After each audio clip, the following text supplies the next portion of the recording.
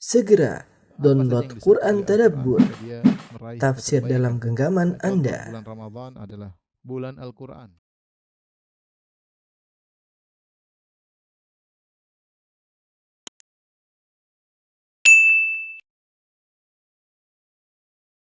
Bismillahirrahmanirrahim. Assalamualaikum warahmatullahi wabarakatuh.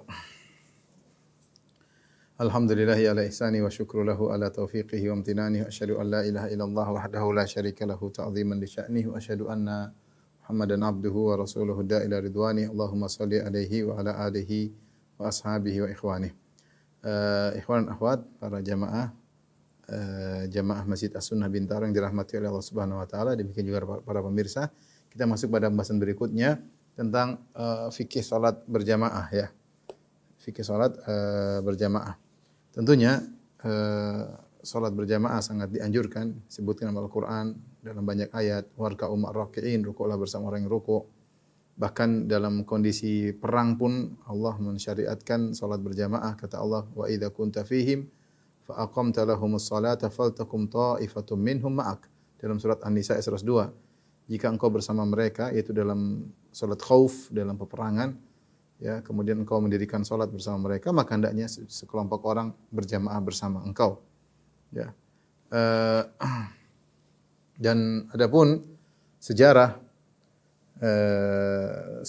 salat berjamaah ketika Nabi sallallahu alaihi wasallam berdakwah di kota Mekah selama 13 tahun, ya, Rasulullah SAW tidak bisa salat berjamaah di Masjidil Haram, ya. Hal ini tidak bisa dilakukan karena intimidasi yang dilakukan oleh orang-orang kafir Quraisy, sehingga Rasulullah SAW tidak bisa melaksanakan salat berjamaah di Masjidil Haram. Salat berjamaah mulai dikerjakan oleh Nabi sallallahu alaihi wasallam dengan giat ketika Rasulullah SAW berhijrah ke kota Madinah, kemudian Rasulullah SAW bangun masjid, ya, Masjid Quba, kemudian bangun Masjid Nabawi. Maka setelah itu orang-orang pun melakukan salat berjamaah dan para sahabat melazimi salat berjamaah sampai dalam kehidupan mereka sehari-hari, ya. Mereka tidak meninggalkan salat berjamaah kecuali karena ada uzur, ya. Adapun hukum salat berjamaah, ya. Hukum salat berjamaah.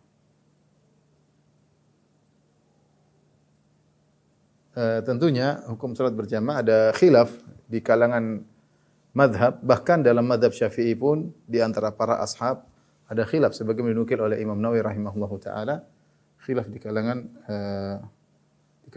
madhab Syafi'i, di kalangan para ulama.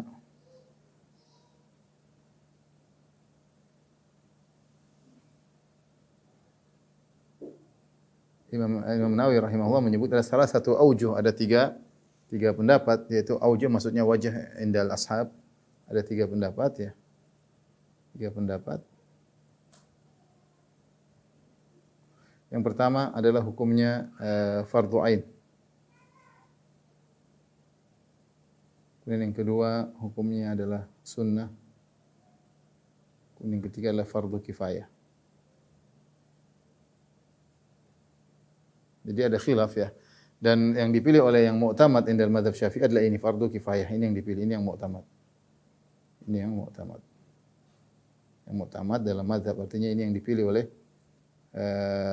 dalam mazhab. Meskipun ada perbedaan pendapat di kalangan para ashab. Ashab maksudnya ulama-ulama besar mazhab Syafi'i. Tentu masing-masing punya dalil yang sangat kuat, ya. Mazhab Hanabilah, ya, berpendapat bahwasanya fardhu ain, ya, dan jumhur berpendapat bahwasanya adalah fardhu kifayah atau sunnah, ya. Yang berpendapat fardhu ain, mereka berdalil dengan beberapa hadis, ya, seperti sabda Nabi sallallahu alaihi wasallam, man sami'a nida falam yujibhu fala salata lahu illa min udhur. Kata Nabi sallallahu alaihi wasallam, barang siapa yang mendengar azan kemudian dia tidak menyambut panggilan azan tersebut, maka tidak ada salat baginya kecuali gara-gara ada uzur. Ditanyakan apa itu uzur, maka disebutkan yaitu al-khauf wal marad, yaitu takut dan sakit. Sabda Nabi sallallahu alaihi wasallam, tidak ada salat bagi orang yang mendengar azan, ya, ini menunjukkan bahwasanya salat berjamaah hukumnya adalah wajib. Kemudian juga mereka berdalil dengan firman Allah Subhanahu wa taala dalam surat An-Nisa tadi, wa idza kunta fihim fa aqamta lahumus salata, jika engkau dalam posisi perang dan engkau menegakkan salat, faltakum ta'ifatum minhum ma'ak, maka hendaknya sekelompok orang salat bersama engkau. Ini dalil bahwasanya dalam kondisi perang di mana orang-orang dalam kondisi sulit tetap saja disyariatkan salat berjamaah. Bahkan Allah mengatakan faltakum, itu fi'il amr, hendaknya sekelompok orang salat bersamamu. Jadi tetap diwajibkan berjamaah meskipun dalam kondisi perang, apalagi dalam kondisi lapang. Dalil lagi yang menunjukkan kewajiban adalah Rasulullah SAW didatangi oleh seorang yang buta, kemudian dia minta izin untuk tidak ke masjid, ya, karena tidak ada qaidun yaquduni, kata dia tidak ada orang yang menuntunku. Maka Rasulullah SAW mengatakan, hal sami'tan nida, apakah hal tasma'un nida, apakah mendengar suara azan? Kata orang buta tadi, na'am, iya, kata Rasulullah SAW, idzan fa'ajib, kalau gitu penuhi panggilan azan tersebut. Dalam sebagian riwayat, la ajidu laka rukhsatan, aku tidak mendapati keringanan bagimu. Ini menunjukkan bahwasanya orang buta saja wajib untuk berjamaah. Rasulullah tidak kasih keringanan, apalagi orang yang tidak buta. Kemudian juga dalam hadis Rasulullah SAW pernah berkata, laqad hamamtu an amura bis salati fatuqam. Sungguh aku berangan-angan untuk menyuruh salat ditegakkan, wa amuru rajulan liyusalli bin nas, dan aku menyuruh orang menggantikan aku jadi imam. Aku tidak salat, biar salat ditegakkan ada imamnya. Kemudian kata Rasulullah SAW, "Tsumma antaliku ana ma'i rijalun ma'ahum huzamun min hatabin." Kemudian saya pergi bersama beberapa orang yang mereka membawa kayu bakar, ila qaumin la yashhaduna salat, menuju ke orang-orang yang tidak menghadiri salat berjamaah. Tsumma uharriku alaihim buyutahum binnar. Kemudian aku akan bakar rumah-rumah mereka gara-gara tidak hadir salat berjamaah. Meskipun Rasulullah SAW tidak membakar rumah tersebut, tapi ini menunjukkan bahwasanya Rasulullah SAW mengingkari perbuatan mereka yang tidak hadir dalam salat berjamaah. Ini di antara dalil-dalil yang menunjukkan bahwasanya salat berjamaah hukumnya wajib, ya. Tadi kita sebutkan hadis orang buta yang tidak Rasulullah tetap suruh ke masjid. Kemudian barang siapa yang mendengar azan tidak dipenuhi maka tidak ada salat baginya. Kemudian Rasulullah ketika perang pun wajib salat berjamaah, apalagi selain perang dalam kondisi aman. Kemudian tadi Rasulullah berniat untuk membakar rumah-rumah orang-orang yang tidak ikut salat berjamaah. Sebenarnya mengatakan juga di antara dalil bahwa salat ini menurut saya dalil yang cukup kuat, yaitu para sahabat mereka muwadhabah, yaitu berkesinambungan dalam melaksanakan salat berjamaah. Sampai-sampai Ibnu Mas'ud mengatakan, ya, laqad ra'aituna wa ma yatakhallafu anha illa munafiqun ma'lumun nifaq. Dan kami telah melihat, kami dahulu para sahabat, tidak ada yang ketinggalan salat berjamaah, yang tidak melaksanakan salat berjamaah kecuali orang yang munafik dan kemunafikannya diketahui. Ini dalil bahwasanya para sahabat semua salat berjamaah. Semua salat berjamaah. Sampai kalau ada yang tidak salat berjamaah itu orang munafik. Ini seakan-akan menunjukkan bahwasanya salat berjamaah adalah kewajiban bagi mereka. Ini pendapat sebagian ulama, sebagaimana saya sebutkan tadi, dan ini pendapat Ahlul Zahir, Zahiriyah juga, dan pendapat sebagian Hanabilah, dan wajhun inda Syafi'iyah. Tadi saya katakan mazhab Syafi'i ada ulama mereka ada yang berpendapat di tiga pendapat. Kata Imam Nawawi dalam Rawdatul Talibin, ada yang mengatakan fardu ain, ada yang mengatakan fardu kifayah, ada yang mengatakan sunnah. Tapi menurut mazhab Syafi'i adalah fardu kifayah. Baik. Namun jumhur ulama berpendapat bahwasanya salat berjamaah tidak fardu ain. Tentunya mereka juga punya dalil. Di antara dalil yang mereka sampaikan yang cukup kuat yaitu banyak hadis-hadis yang menunjukkan tentang keutamaan salat berjamaah dibandingkan salat tidak berjamaah, ya. Keutamaan salat berjamaah dibandingkan salat tidak berjamaah. Yang memberi isyarat bahwasanya salat tidak berjamaah, salat sendiri, keutamaan salat berjamaah dibandingkan salat sendiri menunjukkan salat sendiri juga tidak mengapa, ya. Tidak mengapa. Seperti hadis misalnya, salatul jamaah tafdhulu salatal fadhi bi 27 darajah. Contoh hadis ini. Salat jamaah mengungguli salat sendirian tidak berjamaah 27 derajat. Ya, 27 derajat. Ini hadis riwayat Ibnu Umar. Dalam hadis Abu Hurairah, salatul jamaah afdalu min salati ahadikum wahdahu bi 25 darajah. Dalam hadis Abu Hurairah, salat berjamaah lebih afdal dari salat sendirian dengan 25 derajat, ya. Dengan 25 derajat, ya.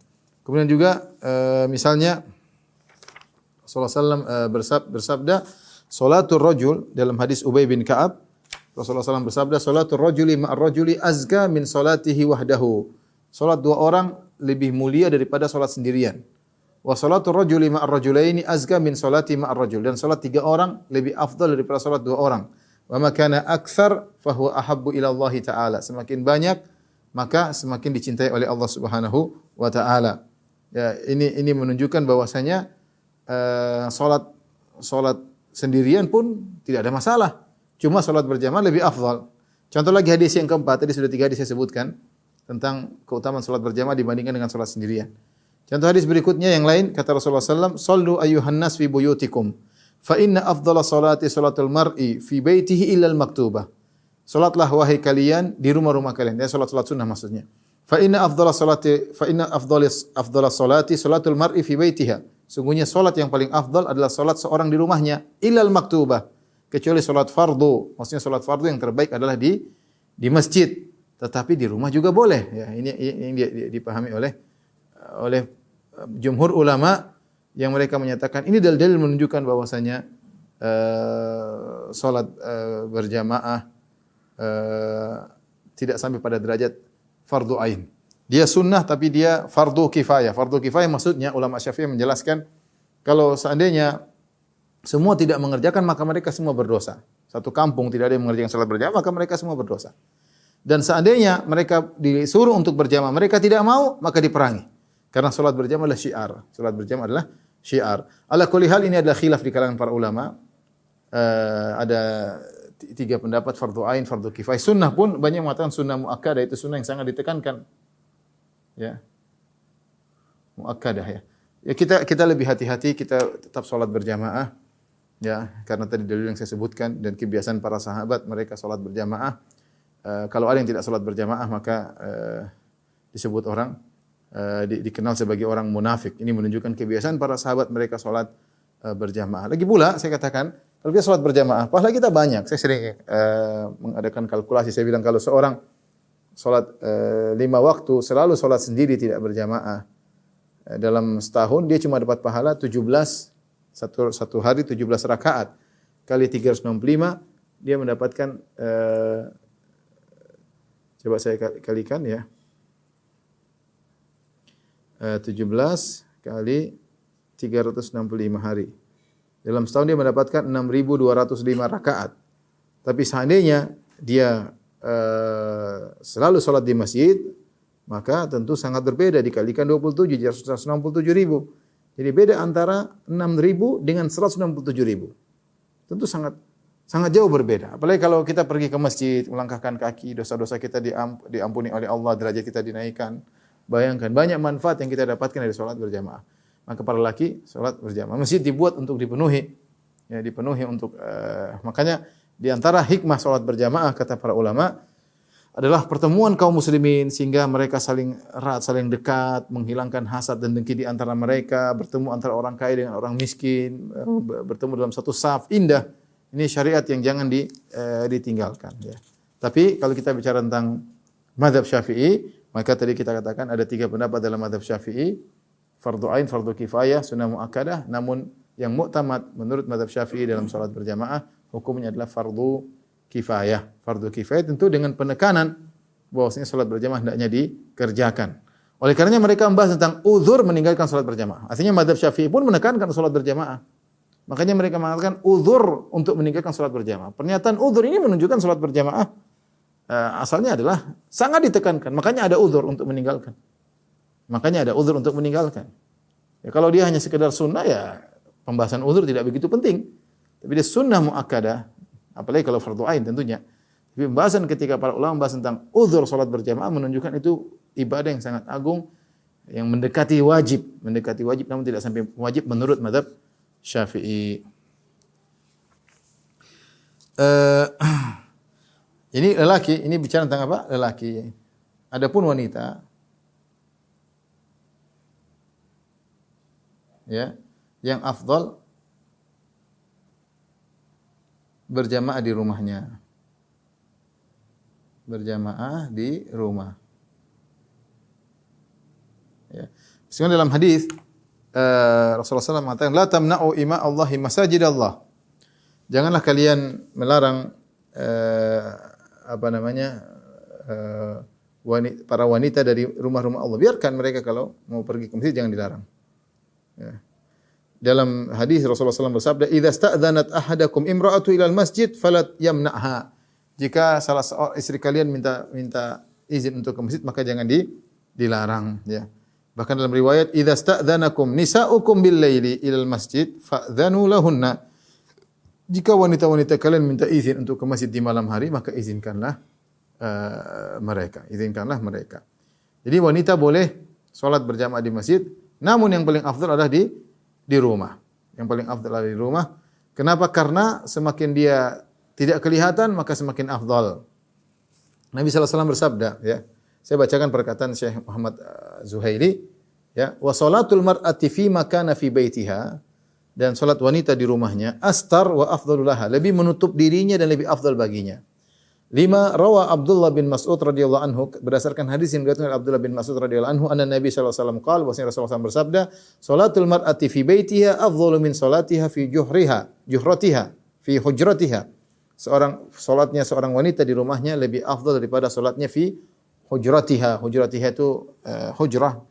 Saya sering sampaikan kalau, mohon maaf ya. Jadi kalau rumah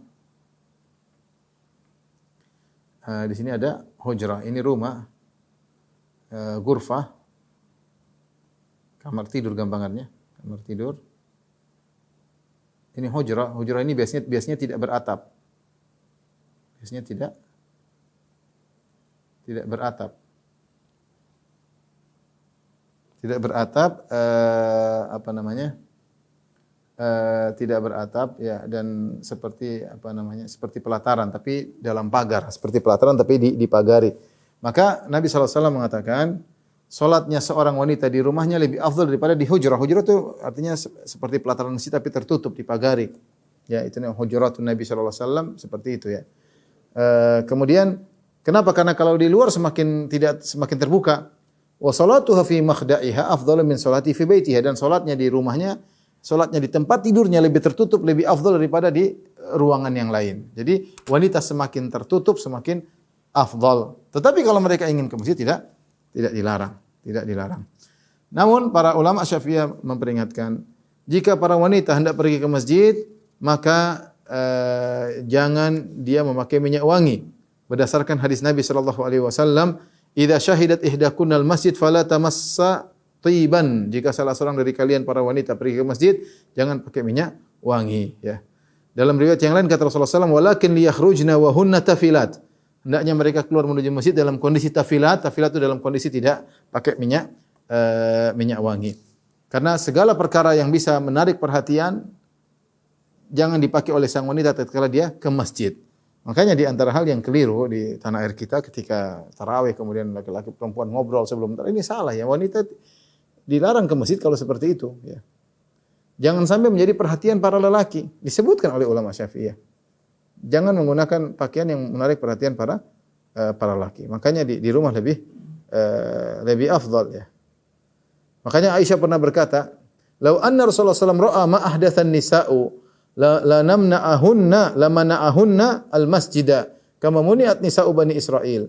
Kata Aisyah radhiyallahu taala dalam Sahih Bukhari dan dalam Sahih Muslim, seandainya Rasulullah SAW melihat apa yang dilakukan oleh para wanita zaman sekarang di zaman Aisyah, tentu Rasulullah SAW akan melarang mereka pergi ke masjid sebagaimana para wanita Bani Israel dilarang. Artinya, kalau mau ke masjid kita bertakwa kepada Allah, ingin beribadah, bukan untuk pamer tebar pesona, bukan untuk ngobrol sama cowok, bukan untuk ini yang kadang-kadang kita terlalu longgar, ya. Kita orang Indonesia ramah, tapi ada aturan syariat, ya, bahwasanya kita boleh ramah, tapi jangan kebablasan sehingga laki-laki perempuan kemudian bareng ngobrol-ngobrolan, kemudian ya ini menyedihkan terutama di bulan-bulan Ramadan. Kita berusaha jalankan sunnah yang dijelaskan oleh para ulama Syafi'iyah. Oleh karenanya wanita yang cantik tidak dianjurkan untuk ke masjid. Saya bacakan perkataan Syekh, dan ini dinukil dalam buku-buku Syafi'iyah banyak, ya. Beliau berkata, "Wa yukrahu lil mar'ati syabbah awil kabira allati tushtaha hudurul masjid lis salati wa yukrahu li waliha wa zawjiha tamkinuha minhu fa in kanat ajuzan la tushtaha lam yukrah. Kata beliau, dan dibenci, makruh bagi wanita yang masih muda atau sudah tua tetapi dihasratkan, itu orang melihat dia menarik, orang menarik. Hudurul masjid di salat, menghadiri masjid di salat, makruh. Dan makruh bagi walinya atau suaminya untuk membiarkan dia pergi. Adapun kalau sudah tua kemudian tidak dihasrati, maka tidak jadi masalah. Bahkan disebutkan dalam mazhab Syafi'iyah bahwasanya wanita al-masyhura bil jamal yang terkenal cantik jangan ke masjid. Karena mengganggu orang banyak. Ya, artinya kalau dia pun harus ke masjid, dia harus menutup kecantikannya supaya dia bisa ke masjid dengan tenang, tidak mengganggu orang lain. Tapi ini pembahasan pertama. Pembahasan berikutnya tentang uzur tidak salat. Al-a'dzar takhalluf an salatil jamaah. A'dzar at-takhalluf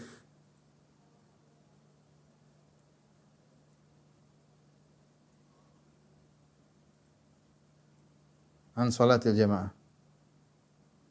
Ini saya ingatkan lagi pembahasan tentang ini, uzur-uzur ya, uzur-uzur yang membolehkan tidak menghadiri salat berjamaah. Untuk tidak menghadiri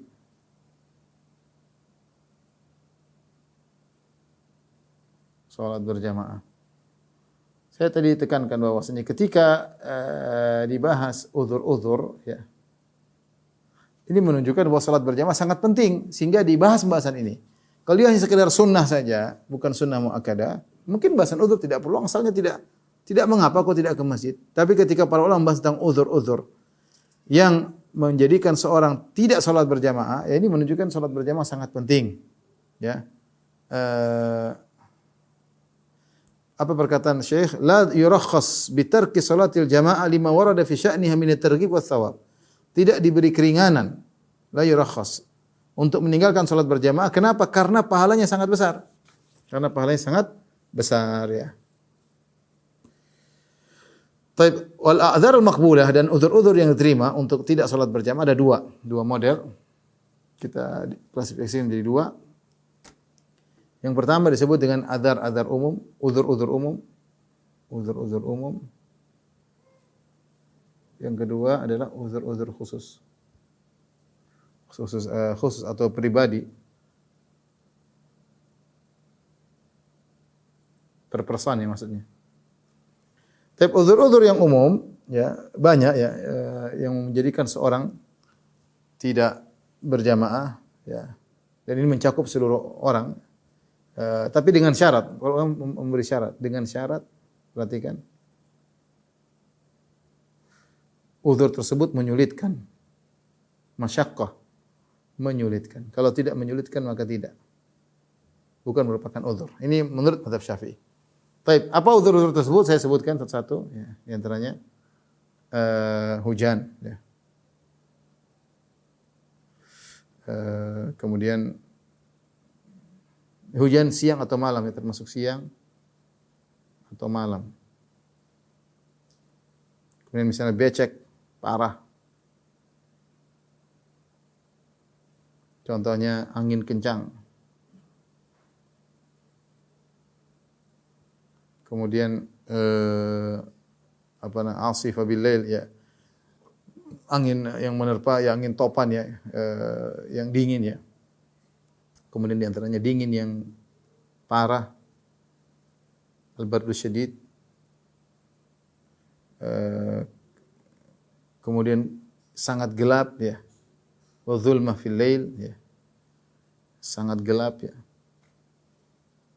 Orang mau ke masjid jauh dalam kegelapan ya.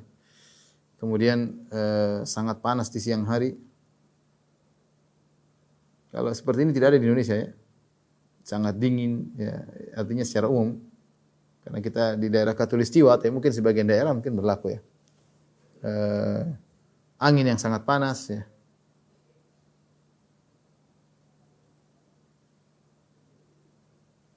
Ini juga sepertinya tidak ada ya. Kemudian zilzal, gempa bumi.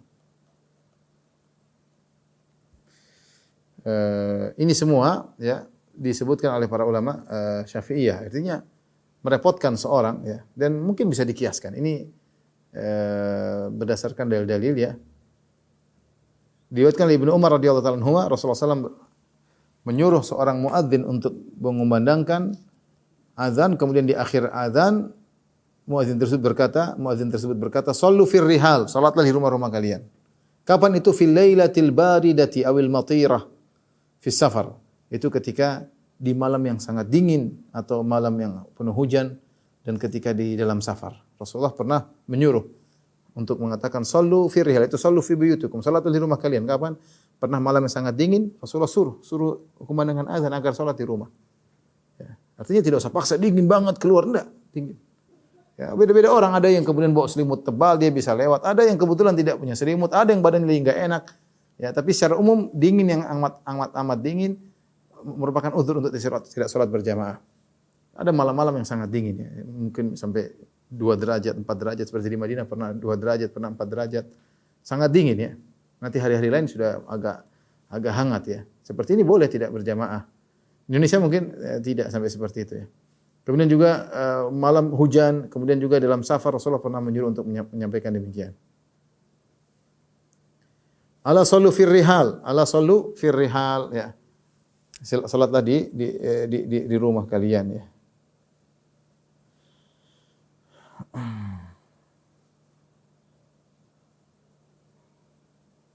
Taib, ini uzur yang umum. Kemudian kita uzur pribadi. Uzur pribadi apa saja? Ini ada banyak berkaitan dengan person ya. Di antaranya sakit, marad. Ya, sakit.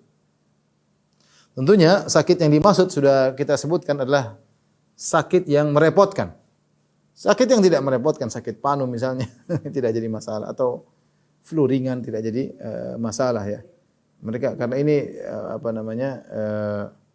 sakit yang merepotkan. Nabi SAW saja ketika sakit beliau berusaha ke masjid ya. Rasulullah SAW. Sebagian disebutkan juga oleh Ibnu Mas'ud, laqad kana rajulu yu'ta fayuhada baina rajulaini hatta yuqama fi shaf. Dulu di zaman Nabi SAW para sahabat ada yang sakit dibopong sampai diletakkan didudukkan di saf untuk salat. Rasulullah SAW juga ketika sakit, sebagaimana kita sampaikan pada pertemuan kemarin tentang kisah sakitnya Nabi, wafatnya Nabi SAW. Rasulullah SAW, saya pingsan, mau bangun, pengen salat lagi, pingsan lagi. Artinya bukan sakit yang ringan yang tidak ada uzur. Ya. Masing-masing orang tentu beda-beda, tapi bagi dia itu berat, bagi dia itu menyulitkan. Mungkin kalau dia pergi ke masjid agak pusing atau menambah sakitnya, ya jangan ke masjid. Jangan ke masjid. Sebagaimana dalam hadis Ibnu Abbas tadi, ketika Ibnu Abbas bertanya, "Wa mal uzur?" Apa itu uzur? Khaufun aw marad. Sakit atau takut atau sakit ya.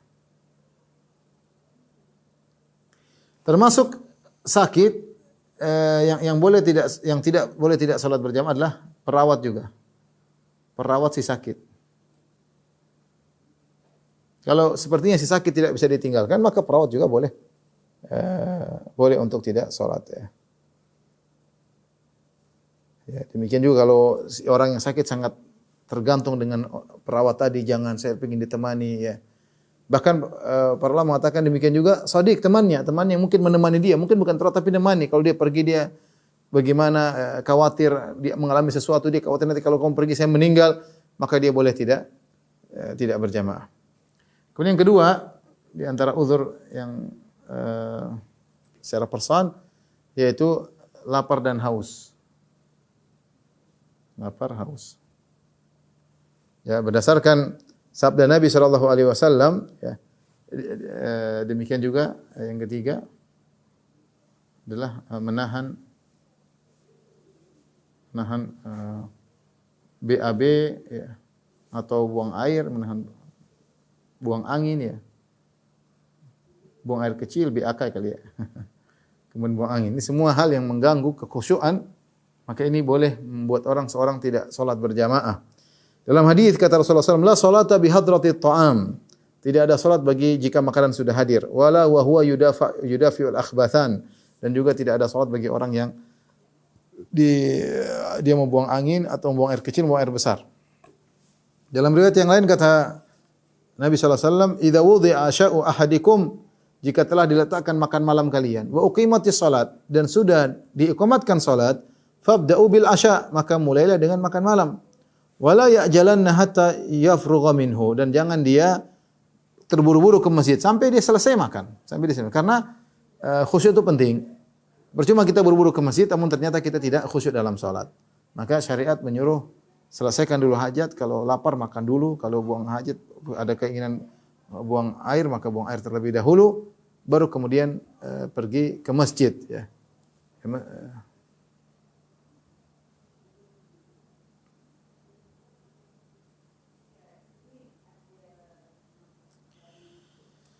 Tapi kata beliau, illa idza khusyiya bi takhallufi fawatal waqt shalla wujuban mudafi'an wa ja'ian wa atshana. Kecuali kalau waktu sudah mau habis, meskipun lapar, meskipun mau buang hajat, salat aja enggak ada masalah. Karena kalau enggak waktu lewat ya. Kemudian yang ketiga atau keempat adalah al-khauf minadh dharar.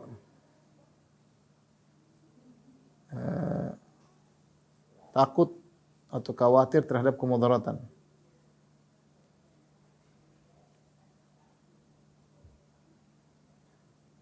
Tadi ketika Ibnu Abbas ditanya, mal uzur, apa itu uzur? Kata Ibnu Abbas, khaufun aw marad. Rasa takut atau sakit. Takut ini umum.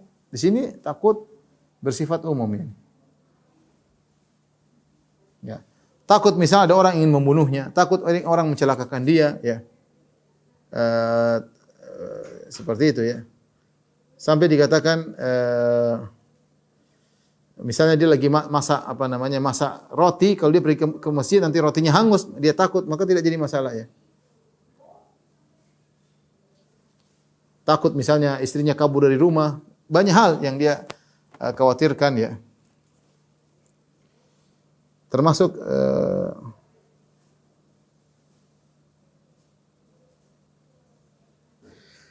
intinya rasa takut secara umum yang mengkhawatirkan dia maka tidak mengapa. Termasuk kita katakan seperti takut terkena penyakit atau takut menularkan penyakit ya. Tentu di antara uzur membolehkan untuk seorang tidak hadir berjamaah. Kemudian di antara yang disebutkan juga adalah persiapan safar.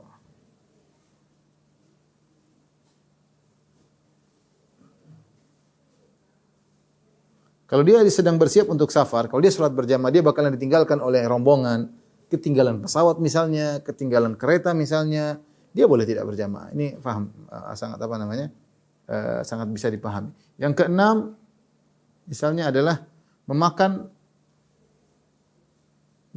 makanan yang menyebabkan bau mulut.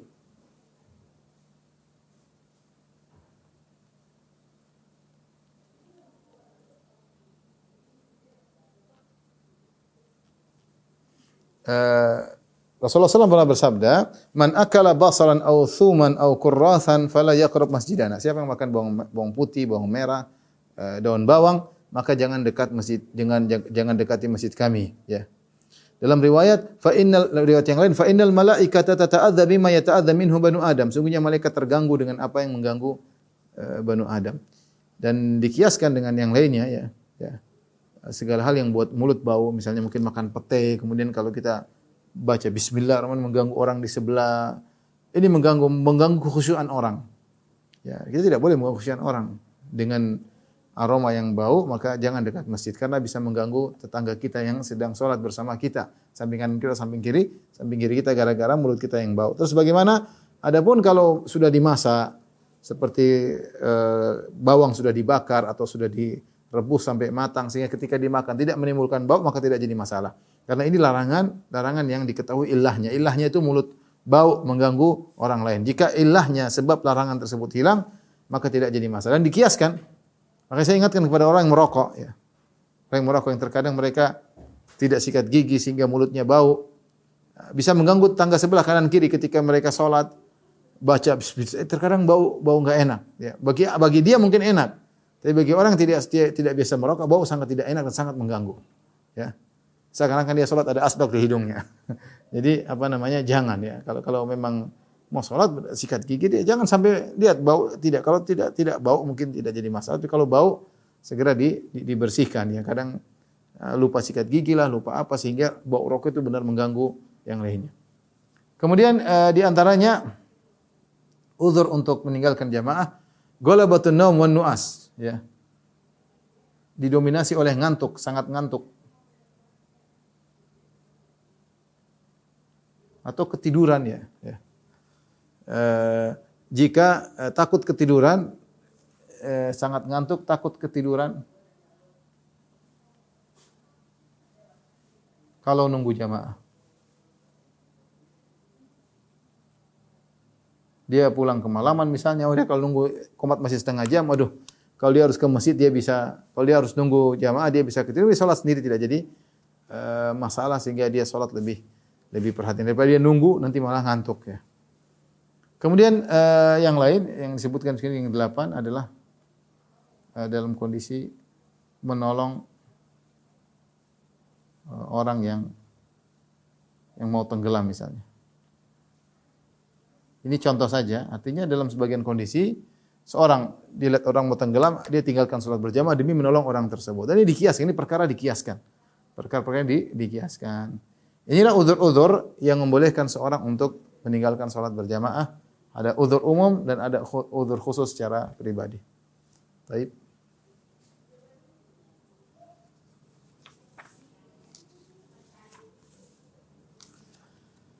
Kita lanjutkan sifat-sifat imam.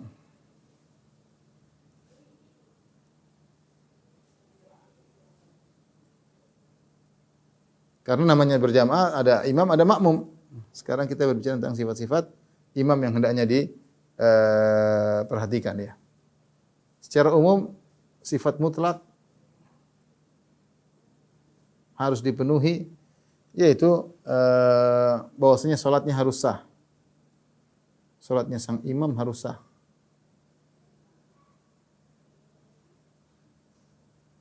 Supaya dia jadi imam. Kalau dia tidak sah, bagaimana menjadi imam? Sifat-sifat yang berikutnya ada sifat-sifat nisbiyah. Sifat-sifat relatif terkait kondisi makmum. Ya, sifat-sifat ini ya ada beberapa ya. Ini semua terkait dengan kondisi makmum ya. Terkait kondisi makmum. Di antaranya adalah makmum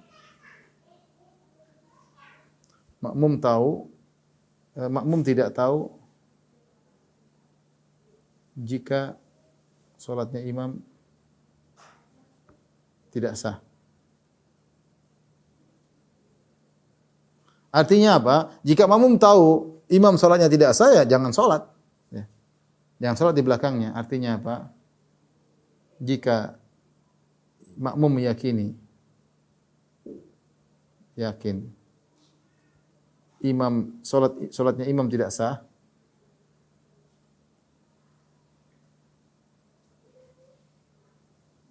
apa ini?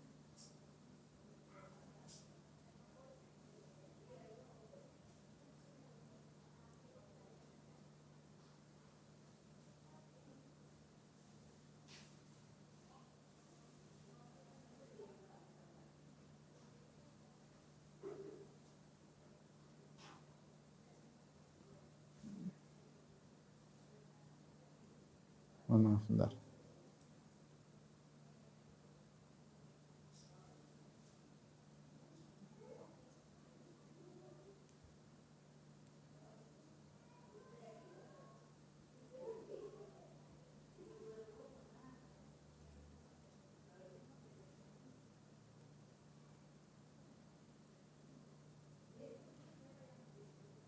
Jika makmum yakin salat imam tidak sah,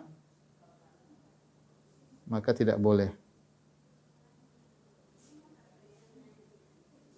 Tapi ini yang pertama. Yang kedua, jadi harus yakin bahwasanya imamnya sah. Kalau tidak sah, maka jangan salat di belakang imam tersebut. Contoh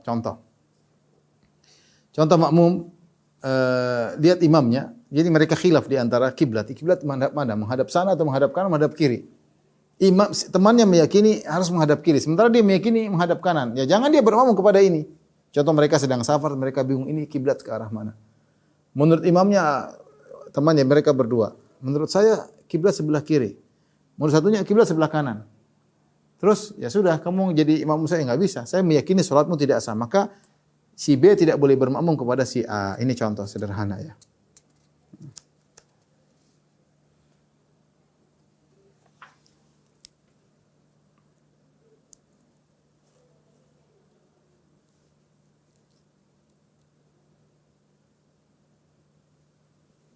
Sampai dikatakan sini jika seorang bermadhab Syafi'i bermakmum kepada orang bermadhab Hambali yang menurut madhab Syafi'i imamnya tidak sah, maka tidak boleh dia sholat di belakangnya. Contoh madhab Hanafi misalnya, kalau sholat cepat, dia tidak memperhatikan masalah tumakninah. Menurut dia tumakninah adalah sunnah, tidak wajib. Maka madhab Syafi'i tidak boleh sholat di belakang orang ini, karena menurut madhab Syafi'i ini tidak sah. Ya, dia meyakini tidak sah, maka jangan maksakan sholat di belakang imam seperti itu. Yang kedua, sang imam statusnya tidak boleh jadi makmum, tidak sedang jadi makmum. Enggak boleh ya. Kepada yang lain, makmum kepada yang lain. Kalau orang yang kita mau jadikan dia imam ternyata sedang bermakmum kepada dia, jangan jadikan imam. Tunggu dia selesai. Kalau sudah selesai dari menjadi imam bagi yang lain, maka kita boleh bermakmum di belakangnya. Adapun statusnya masih makmum, maka tidak boleh kita jadikan imam. Ya. Kemudian antaranya bahwasanya imam bukan orang yang diwajibkan untuk mengulangi sholat.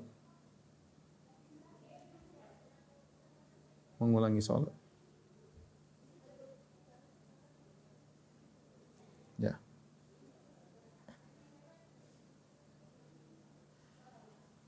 Seperti istilah mereka ada namanya sholat. Sebenarnya tidak terpenuhi syarat mereka sholat, ada najis di badannya, tapi dia tidak bisa hilangkan karena ada udzur tertentu sehingga dia sholat karena menghargai waktu. Ini mereka dalam mazhab Syafi'i namanya sholat ihtiraman lil waqti. Meskipun syarat sholat tidak terpenuhi, tapi tetap sholat ihtiraman lil waqti. Nanti dia harus mengulangi lagi. Dia harus mengulangi lagi kalau sudah selesai dan hilang udzurnya, dia harus ulangi sholat lagi. Nah, ketika imam ini sedang sholat dalam kondisi ihtiraman lil waqt, dia sholat karena menghargai waktu, maka tidak boleh kita jadikan dia imam. Kemudian di antaranya tidak boleh imamnya ummi, imamnya tidak bisa baca. Sementara makmum bisa. Makmum bisa. Ini tidak boleh tentunya. Imamnya enggak bisa baca, kecuali kalau imamnya sama-sama enggak bisa bahasa Arab, ya enggak ada masalah. Tapi kalau imamnya tidak pandai baca Al-Fatihah, enggak ngerti sementara makmumnya bisa, maka enggak boleh. Kemudian antaranya misalnya jika makmum lelaki, maka imamnya tidak boleh wanita.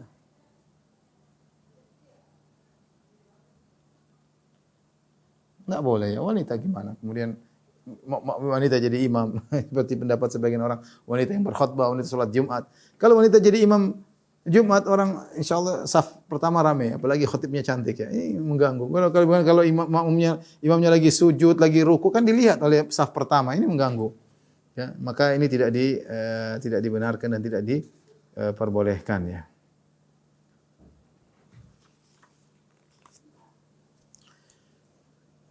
Taib, ini diantara sifat-sifat yang diantara juga seorang imam harus muslim tentunya. Imam harus muslim ya. Suci ya.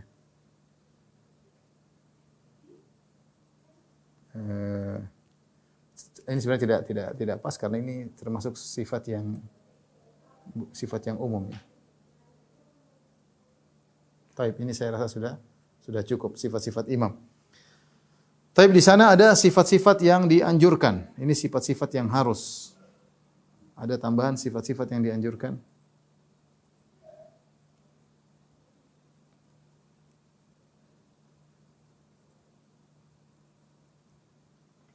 Sebentar lagi insyaallah ya. Di antaranya Tidak harus, tapi dianjurkan saja. Kalau di atas itu harus, kalau enggak maka tidak sah. Kalau yang ini tidak harus begini, tetap sah, tapi sebaiknya demikian. Yang sifat ini yang dianjurkan. Meskipun tidak harus. Meski tidak harus. Tidak wajib. Di antaranya bahwasanya yang lebih faqih didahulukan. Lebih faqih, lebih ngerti tentang agama didahulukan daripada yang qari. Daripada yang qari.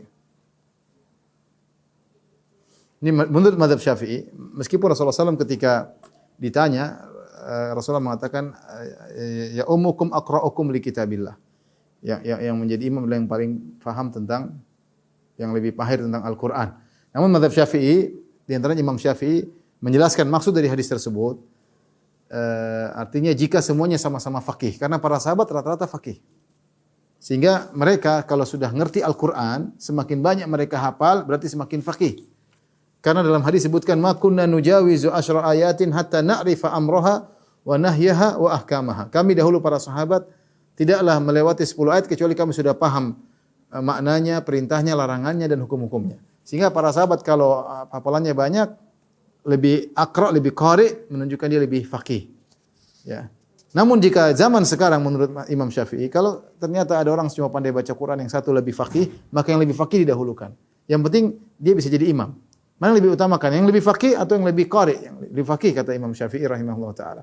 Kenapa? Karena dalam salat akan terjadi banyak kejadian-kejadian dan itu yang kita tidak tahu terjadi ini, kelupaan lah, apalah dan harus orang faqih yang mengerti tentang ini. Makanya saya anjurkan kepada teman-teman yang kebetulan menjadi imam rawatib, imam masjid, maka hendaknya hadir dalam daurah tentang keimamahan ya, tentang jadi imam bagaimana. Ya, karena itu punya fikih tersendiri. Ya, kadang imamnya enggak ngerti sujud sahwi misalnya, kadang imamnya enggak ngerti kalau kejadian tertentu ya, tentang masalah jamak enggak jamak ya. Jadi banyak hukum-hukum yang bisa terjadi, maka orang jadi imam harus faqih. Makanya mazhab Syafi'i berdalil dengan Rasulullah sallallahu alaihi wasallam menyuruh Abu Bakar untuk menjadi imam. Padahal yang lebih pandai qiraah daripada Abu Bakar banyak. Ada Ubay bin Ka'ab, ada Zaid bin Thabit, ada Mu'adz bin Jabal ya, tetapi Abu Bakar didahulukan. Kenapa? Abu Bakar faqih. Abu Bakar lebih faqih daripada mereka.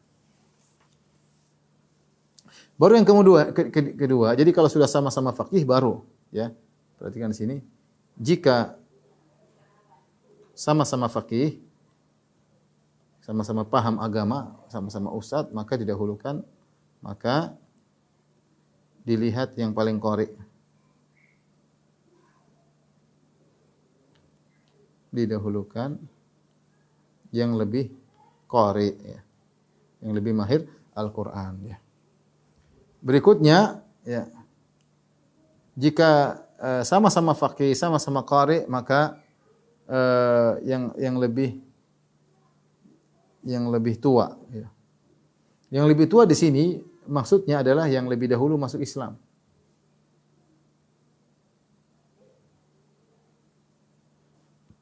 Masuk Islam ya. Kalau ada orang tua sudah tua baru masuk Islam sebulan, tetap anak muda lebih dahulu jadi imam. Maksudnya yang lebih dahulu masuk Islam. Kalau sama-sama masuk Islam, baru mungkin dilihat umurnya ya. Tapi itu tinjauan umur, tinjauan yang belakangan maksud saya. Ada bahasan di sini dihulukan yang nasab yang lebih mulia ya. Nasab yang lebih mulia. Kemudian yang lebih adil, lebih wara ya. Kemudian yang lain adalah misalnya yang punya rumah lebih utama ya. Yang lebih mulia nasabnya. Kemudian juga yang tuan rumah didahulukan kalau sholat di rumahnya. Yang tuan rumah, kemudian tentunya yang wali, penguasa atau penguasa. Ini beberapa perhatian tentang siapa yang berhak menjadi imam. Yang saya sampaikan, ikhwan dan akhwat yang dirahmati Allah Subhanahu wa taala, jadi imam adalah perintah Nabi sallallahu alaihi wasallam, "Faliya ummakum aqra'ukum li kitabillah." Hendak yang jadi imam adalah orang yang lebih mahir dalam baca Al-Qur'an, yang lebih faqih. Bukan masalah nggak enak-enakan, ada lebih tua, ini orang tua jadi imam, enggak. Kalau kita mendahulukan yang tua, ya, sementara dia tidak qari, dia tidak faqih, maka kita menyelisih sunnah Nabi SAW. Dan akhirnya merepotkan jamaah. Jamaah ingin mendengar ayat yang surat-surat yang berbeda-beda. Jamaah ingin mendengar ceramah-ceramah singkat misalnya. Sementara kalau imamnya tidak kompeten untuk jadi imam, maka ini tidak sesuai dengan sunnah Nabi SAW. Kita ingin menghadap Allah Subhanahu Wa Taala. Makanya kita mencari imam yang pas, yang kita bermakmum di belakang dia untuk berhadap dengan Allah, untuk beribadah kepada Allah Subhanahu Wa Taala. Ya. Oleh karena sebagian orang karena enggak enak yang lebih tua jadi imam. Ini sebenarnya tidak pas. Kalau dia tidak mampu, ternyata dia kurang faqih, ternyata dia kurang qari, ya. Maka ini jangan dipaksa untuk menjadi imam. Allah alam bisawab. Ini dulu apa yang bisa kita sampaikan. Insyaallah ada pembahasan berikutnya pada pekan depan. Allah alam bisawab. Demikian saja apa yang saya sampaikan. Kurang lebih mohon maaf. Wabillahi taufiq wal hidayah. Assalamualaikum warahmatullahi wabarakatuh. Waalaikumsalam warahmatullahi wabarakatuh. Jamaah sekalian, demikian kajian